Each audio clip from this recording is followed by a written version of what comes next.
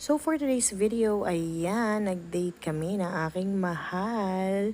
So, na-decide namin na tara, labas tayo. So, ayan. So, napadpad kami ngayon sa isa sa aming mga favorite na restaurant, yung Hardin de Pio. So, ayan, for the chika kami dyan. And then, ayan na, dumating na ang aming drinks. Yung sa akin is sangria and then sa kanya iyan, which is para siyang infused na sparkling juice na meron siya mga fruits. And then, ayan na ang aking favorite na pan de ajo. So, ang pan de ajo ay meron siyang para siyang three kinds of cheese and then meron din siyang different kinds of cheese and then meron siyang spinach on top na may honey.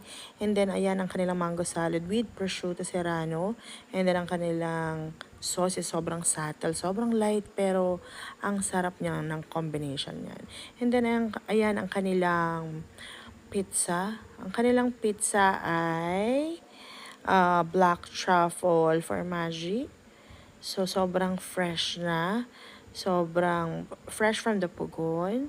So, ayan siya. And then, ayan, for the mix na si Mr. And then, ayan ang kanilang paella.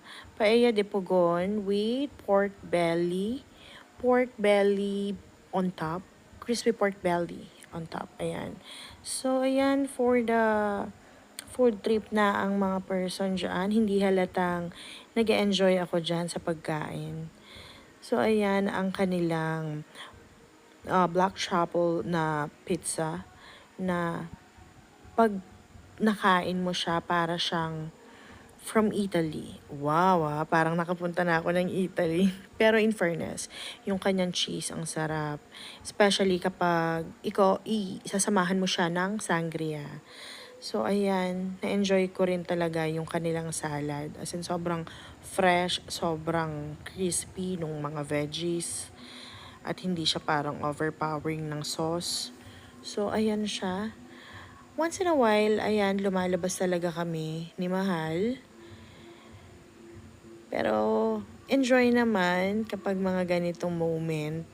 So, 'di ba? Mga for the chika-chika lang kami diyan. And then, ayan, nag-start na siyang nag-serve ng paella de pugon with crispy pork belly.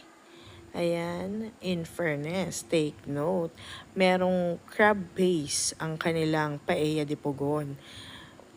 Sobrang bongga ng lasa niya, sobrang rich. Kaya siguro meron siyang on the side na mango. Meron siyang mango something na merong cilantro, which is okay. Para siguro pampaklense ng palate.